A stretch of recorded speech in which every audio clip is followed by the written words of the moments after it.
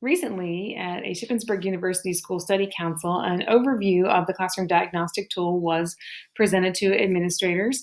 We thought that this may be of value to those who were not able to attend or to share with other leadership who are in decision-making roles about assessment in a district. The Pennsylvania Department of Education works with the Data Recognition Corporation, DRC, to provide the classroom diagnostic tool. And in those contracts, they include the roles of the Pennsylvania State leads for the CDT to provide feedback from districts to those entities, as well as to provide professional development to support our LEAs with implementation of the tool. And this support could be at any level within the district, from central office to building level leadership to teacher support as needed. The classroom diagnostic tool is free to Pennsylvania schools. The costs certainly come about in the time or manpower or infrastructure or use of technology, but there is no fee to use the classroom diagnostic tool to assess students or to receive professional development from the state co-leads with the classroom diagnostic tool. The classroom diagnostic tool, which I'll begin to refer to as the CDT, is designed for instructional planning purposes. An educator can use the data as well as other multiple measures of data to plan whole group, small group, and individual instruction for students in that course. The results of the CDT are reliable, meaning that when a student takes the test, that is a snapshot of their performance at that time. And if they take the test again in a very short window of time, they would very likely have the exact same results. And that makes the test reliable. The CDT is also valid. The way that the test has been designed with its limitations and the results are valid, and we will show you some data to support that. The results of the CDT are also correlated to our state assessments, directly correlated, and we will talk about that as well. Embedded in this screencast, there are some other resources which I will not play, videos such as the one on the screen, but you are welcome to view them at your leisure. I will include the links to do so. This one in particular is a principal talking about the benefits of the CDT for the teachers in her building. We have CDT users in the Shippensburg School Study Council region, including IU11, IU15, IU12, and even IU13. Here are some of the comments from current users, and if you wanted to slow down and read those, just push pause and read them and then continue the screencast. We look at who is using or how much is the CDT being used in this region. Here are some numbers to go along with that. In the Tuscarora IU11 region, 58.3% of the districts are using the CDT, and that could be anywhere from one class, one grade level, one building, to buildings all the way across the district as we report that number. In IU12, that number is higher. It is 92.6%. We're using the CDT. IU13 has 87.5%, and IU15 has 60.7%. The CDT is directly aligned to our standards aligned system. And when you look at all of the elements, they are all pointing to supporting student achievement. The CDT is aligned to our Pennsylvania standards. It is aligned to our Pennsylvania assessments, directly to those assessment anchors and the correlations to our state assessments. It is aligned to our curriculum frameworks and instruction. As you look at how the CDT is reported, it is reported out by learning progressions and the reporting categories. When you click on the links in the CDT, they will take you to materials and resources found on SAS that align to particular content that is shown in the eligible content that was tested. And the classroom diagnostic tool heavily emphasizes safe and supported schools by creating a community of learners that each individual in that community is able to talk about their areas of strength, areas to grow upon, and set goals in this collaborative setting so that all students achieve. Pennsylvania has provided 4 definitions for assessments, and I will talk about them briefly and how they align to the classroom diagnostic tool. The CDT is not a summative assessment. Summative assessments happen at the end of instruction, and most typically, you do not plan additional instruction after that assessment. In particular, when you get back the results of the PSSA, do you plan instruction from that? No. Let's look at the other end of the chart, going to the left. It is a diagnostic tool. It is computer adaptive, and the assessment will adjust as the student is taking the test. They will give them higher levels of content as they answer questions correctly, and if they're answering questions incorrectly, they will go into lower levels so that students' individual strengths and areas of need can be identified. When you think about formative assessment, there are several cycles of formative assessment. There's a short cycle, and that would happen more frequently. Like we think about more intensive instruction where either that formative assessment happens daily or weekly, bi-weekly. With the CDT, we're looking at a longer assessment cycle where students may take the assessment in the fall and then not again until the winter. And so, yes, there is feedback that can be provided, but additional formative assessment would be needed in between those longer cycles. The best recommendation for the CDT is in the fall, in the winter, and then sometime in the spring, depending on other assessments, so that a large enough window of instruction can happen between assessments and growth can be determined.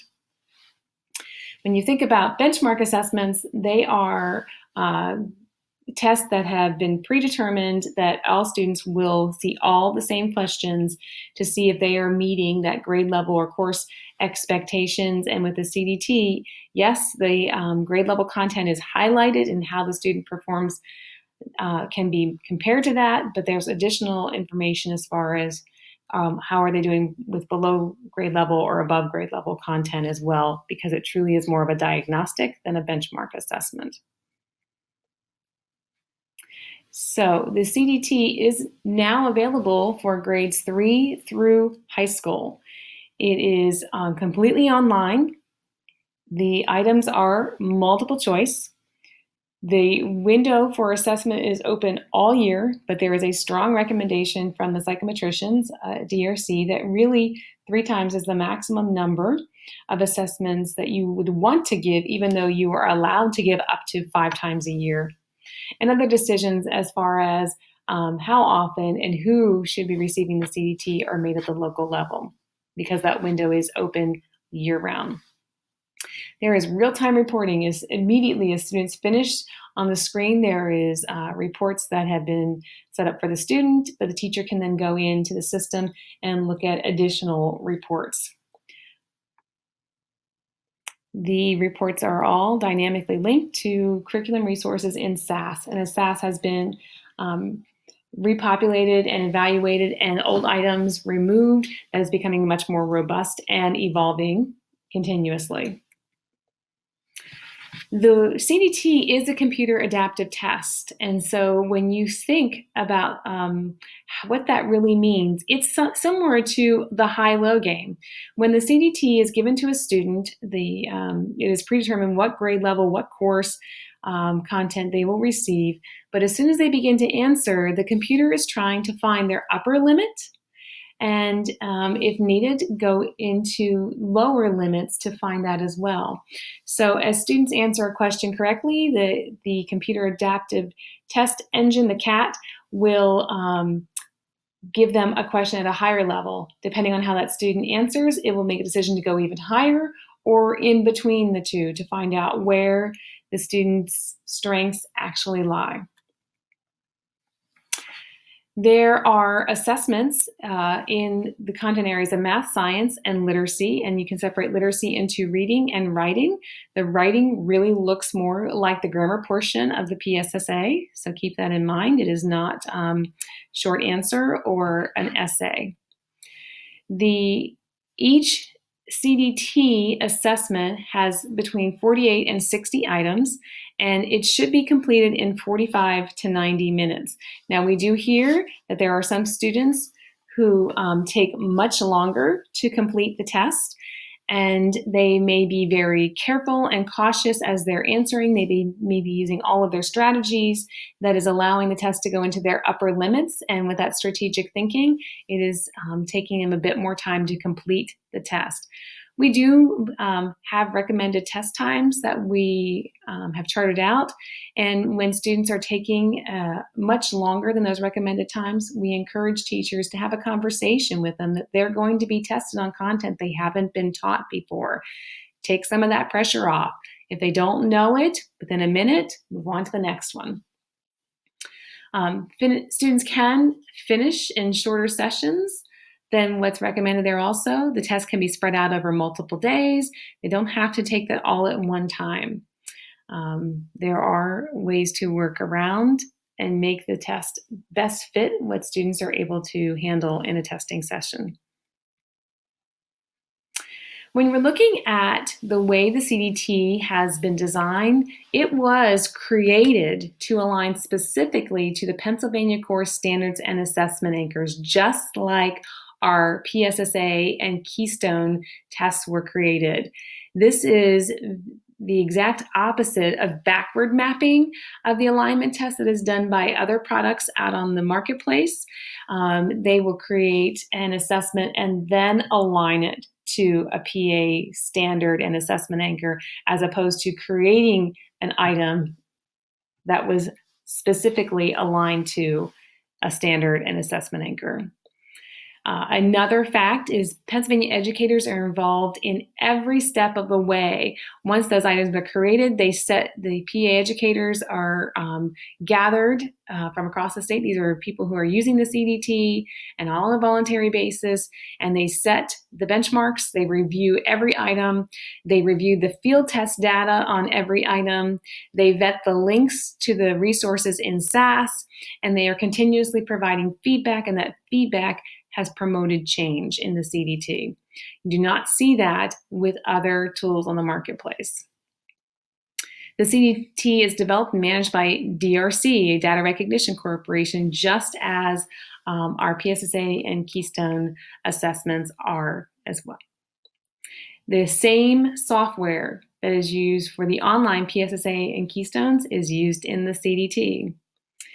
The CDT core team, which is made up of DRC, PDE, Pennsylvania educators, and the CDT co-leads, uses feedback from PA educators across the state to make improvements. Here's another really important fact. The CDT is configured for 10 to 15 questions per reporting category. This is what makes the CDT a valid assessment. It's one item that increases the validity of the test. This higher number of questions per diagnostic category is higher than any other tool for assessment on the marketplace. Many other tools only use 7 or 8 items. 7 or 8 items is what's used per reporting category on the PSSA. And as I said before, you would not plan instruction from the PSSA, but we do plan instruction from the CDT because they use between 10 and 15 questions. And that number is a wider range, 5-number range, because math has a certain range and ELA has a certain range per reporting category, because there are more reporting categories in some tests than others as far as content area, math, science, and literacy. The CDT can act as a screener as well as a diagnostic assessment. So when students are moving into a district and you want to know more about them, it could be used as a screener tool. When a student is struggling and you don't have other information, again, it could be used as a screener.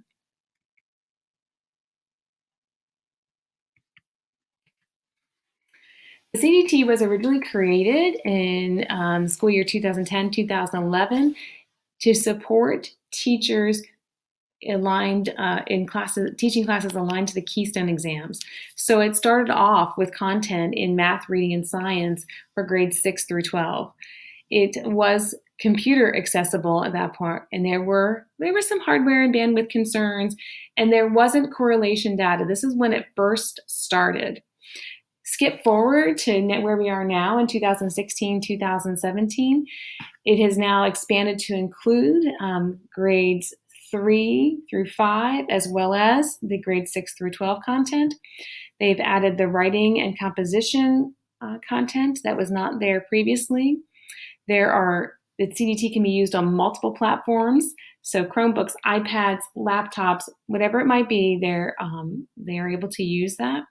School technology has become more appropriate to use and for testing purposes than it was in 2010, 2011. People are getting used to online assessments. And we now have very strong correlation data available about the CDT in comparison to our state assessments. So on the next slide, you may want to focus in on a particular grade level or subject area. For right now, I'm going to look at a student in grade 5 math and how that correlates to the PSSA math grade 5 test. There were 27,661 students who took the CDT math grade 5 assessment, and the correlation scores to the PSSA came out at 0.811. When we're talking about correlation, 1-to-1 is a perfect correlation. Because the CDT is multiple choice only and the PSSA has multiple choice and short answer, open-ended, as well as essay, we will never have a 1-to-1 correlation, but a 0.7 and a 0.8 are very strong correlations. This chart continues so it includes the science and the writing, English composition, and even the high school correlations. And just looking down over the column on the right, you'll see every single one of those correlations begins at a 0.8 or a 0.7, with many of them rounding into that 0.8. So the CDT is very strongly correlated to our PSSA and our Keystone exams. Here's an example of the test time analysis. And you can, again, I'm just going to go in here and pick 5th grade math. There were 45,000 students in this data set, and the average number of questions they were asked was 51.2 questions, and the average test time was 61 minutes, so about an hour of time. And again, we have heard that students take much longer or can be finished more quickly. And we will look at their standard error bands to make sure that indeed the results are valid. We can even see if students have been guessing when their standard error hits particular numbers. So we have info that not only about the ability of the test, but how long it takes the average student to complete the test. The next part of the chart shows how the same comparison with the 2014-2015 data, and we were still about an hour for that test.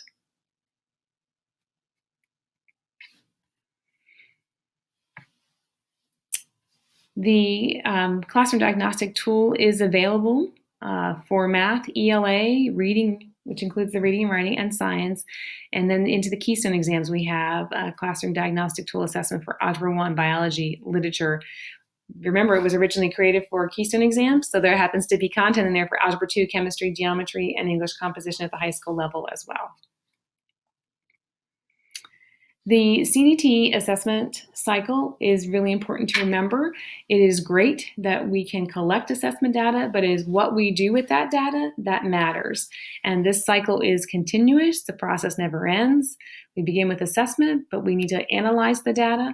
We need to interpret the data and look at groups of students as well as individual students. We need to plan instruction based on our multiple measures of data, which can include the CDT. We need to reflect and monitor on progress. Are students growing? Is it significant growth? Are they closing an achievement gap? Those are all parts of that reflect and monitor process, and we come back around to assess. But in the middle, we always want to be sharing the reports with students, with parents, with our stakeholders.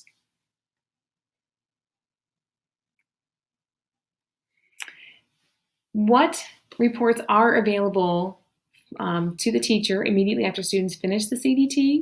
There are 4. There's a group map, an individual learning progression map, and a group learning progression map. We have simulations that can be worked through so that you can actually see how this works with student data.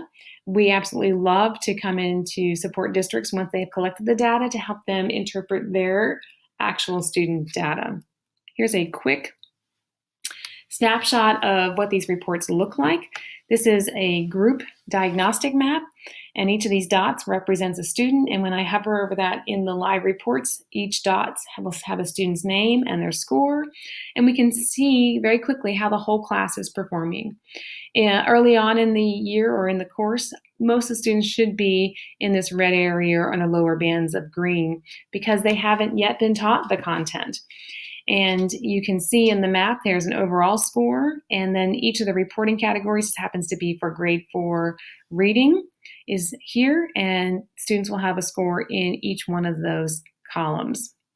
We can highlight a group of students and ask to see the eligible content, and that is what is populated over here on the right, is what eligible content were these students in this highlighted area were they actually performing. So when we were looking at this 4th grade class, and at the time of the year, some of them were actually looking at 2nd grade and 3rd grade content as they were answering questions correctly. At the beginning of the year, we would expect them to be doing well with 3rd grade content. You can see those names are highlighted down here at the bottom. So another chart that shows the same information, but now with numerical data. And these columns are all sortable, so the teachers can sort a column and see who has high scores or low scores. And the last feature here that I'll point out is when you open these hyperlinks for the eligible content, it takes you directly to SAS and content that is related to that eligible content. We can look at one student and how they are, one diagnostic category and how students are performing in just one area. So this one happens to be key ideas and details for literature. And you can see their most recent assessment scores, their second most recent, which would be further back in the year, and third most recent would be beginning of the year, and how the group is progressing. And if you double click on an individual dot, you will find a black highlighted line that shows how one student did in each of those assessments.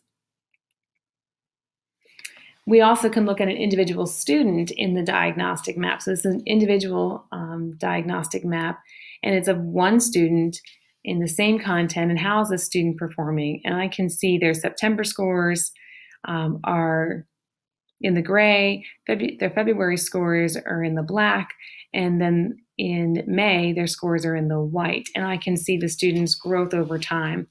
We actually have a goal of getting the students into the green, and when they get to the point where green meets blue, that's the end of course, end of grade level expectation. When they move up into the blue, they're exceeding the course expectation. The same features are available where I can click on a particular eligible content, and then it will populate to the right so I can see what was tested as far as the content, open up a hyperlink here and shows me what that content could look like in a lesson that's found on SAS. I can look at the same student in an individual learning progression map. And now here's where I'm looking at, here's where the expectation was for 4th grade, is that the student is answering questions correctly in this gray band. Here they have a green check, and that is where they answered correctly. And they were actually given some content above grade level as they answered correctly. The test allowed them to be exposed to higher content. They had one corrected 7th grade and one incorrect at 8th grade. When I hover over those icons, it would tell me how many questions were given and the date of that assessment. I can also hover over the eligible content and see what type of content. I can see a sample question, not the question. And I can open a link to SAS, again, to see what materials and resources are available. So this gets a little bit larger of that learning progression. And looking at this particular student, again, this gray band is the fourth grade content that's highlighted here. And the student was answering questions as we would expect from third grade, even up into sixth grade. I can look at the whole class in a learning progression. So my student names are across the top. The eligible content is on the left. And here's how my students scored. What's highlighted in gray is the fourth grade eligible content. So my students are, in this particular case, have more incorrect than correct in this particular area of eligible content. And I see there's a nice little cluster right above that for the third grade content. So when I begin my lesson for fourth grade, I want to do some previewing of terminology and make sure that they have an understanding of the content before I jump into it, because I have quite a few who have it incorrect even at the third grade level. I could even make some small groups to do that previewing or whole class, but vocabulary, knowledge, and will be important before we jump into this lesson on craft and structure. There are benefits for using the CDT, and we're going to look at those from different lenses. So for a student with the CDT, they get specific timely feedback as soon as they're done with the assessment. There is a chart populated on the screen that they can see how they have performed. The idea that efficacy is built for students by bringing into the process of their learning. We strongly recommend one-to-one conferencing with students about their results, setting goals with the student, and then even discussing pathways to reaching those goals. Help students to own the process of their learning. It promotes that goal setting that we know is a lifelong valuable skill. Students are given opportunities to demonstrate their knowledge and skills as they are assessed. Promotes partnering with teachers in that conferencing and ensures follow-up instruction is meaningful as the student and teacher make plans together. Teachers benefit from the classroom diagnostic tool as collaboration with students and parents, guardians, and other stakeholders is promoted, as well as teachers talking about the data in a collegial way. There is immediate access to diagnostic reports, no scanning, no connecting to another website. It's right there where they are currently working to take the test. There is a deeper understanding of individual student strengths and areas of need as teachers look at the data throughout the school year. Monitoring of student achievement can happen in this ongoing plan as they set goals with students and plan for instruction. The ability to identify flexible groups and targeted instruction, especially as we move into one-to-one device use, that students could work individually on content the teacher has assigned to them to meet their strengths and areas of need, small groups, and the work that the teacher plans for them, as well as the whole group instruction. It does give the opportunity, when you think about the assessment cycle, for teachers to pause, to reflect, to collaborate, and talk about how to meet student needs and match instruction to those needs. Parents and guardians can also find the CDT useful.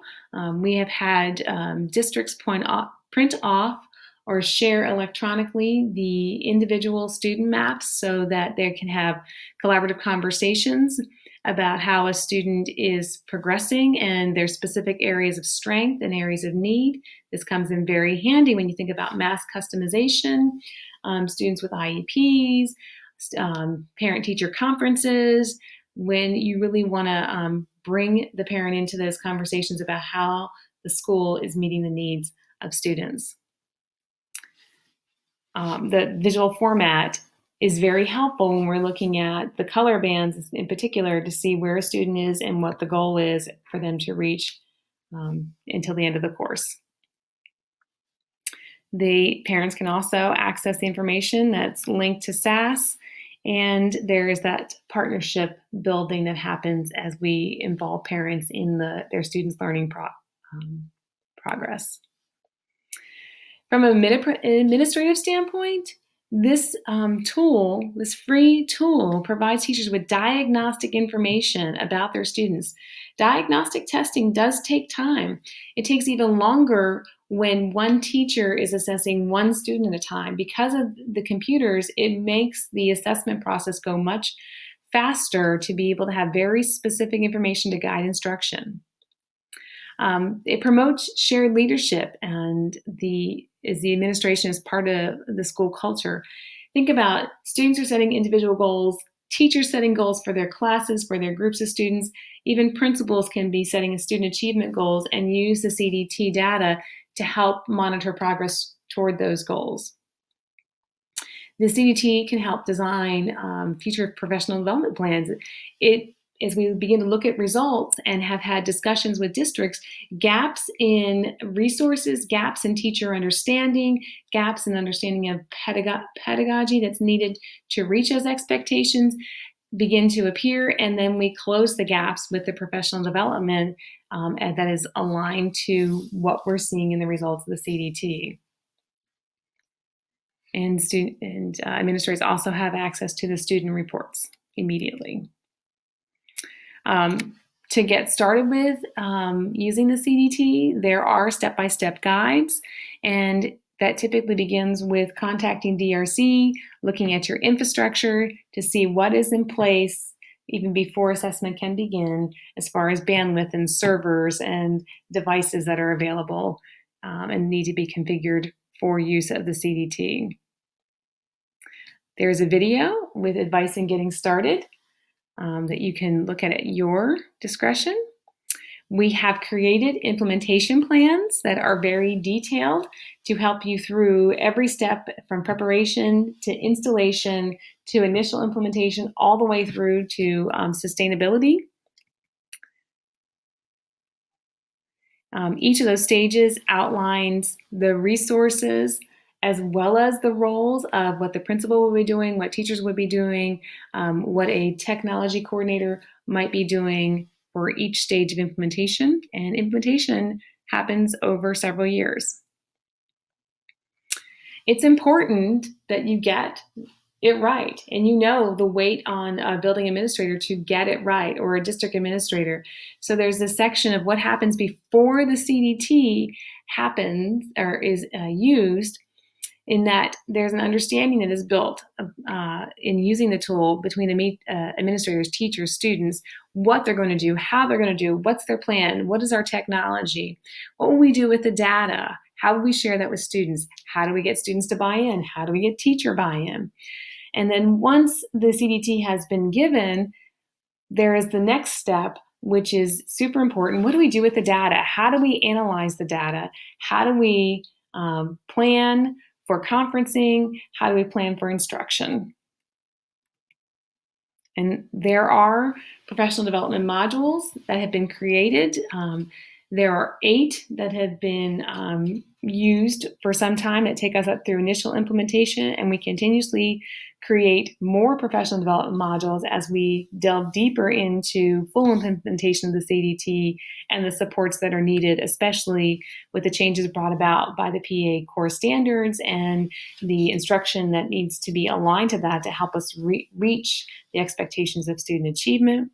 We have been creating a CDT video resource bank on YouTube. We have simulations that can be walked through to see how the reporting tools work, and many other resources, even parent letters, guides for the technology, and a plethora of resources to help with professional development. As I mentioned, we'll go through each stage and break down what resources are needed by which role for this stage of implementation, and then also what is expected even of those roles for each stage of implementation. Another video that you can choose to listen to at your discretion about transforming instruction is included in our resources. This was newly created. We have conferences on we have videos with the one-to-one conference, both at the elementary level and the secondary level, so that our educators can see this is to be a short conference. 3 to 5 minutes maximum. You talk about where the student is right now, where the student wants to be, and how you're going to meet that goal. The classroom diagnostic tool aligns to the framework for teaching. Trust me when I say you can go through each domain and every element in each domain and make a connection to the CDT. The teachers are looking for ways to collect evidence. Use of the CDT, implementation of the CDT, you can make connections and collect that evidence from every element for every domain. That also translates to the framework for leadership that our principals use. You could make connections to the CDT, to every domain, every element in the framework for leadership. It's that powerful because it is looks completely at the culture needed, the resources needed, to implement assessment that drives instruction. If you have questions, reflections, comments, the CDT state co-leads certainly are available to answer those, as well as in each intermediate unit there are points of contact. And so we welcome those, and they will be reference those in the email that is going to be a part of this attachment. Here are the state co-leads, and you can see closest to you in the IU12 region is Carrie Soliday, and the email is there. But the others are more than happy to answer your questions as well. So thank you for listening and viewing this screencast. I hope that you find the information valuable, and reach out should you have additional questions, comments, or other feedback.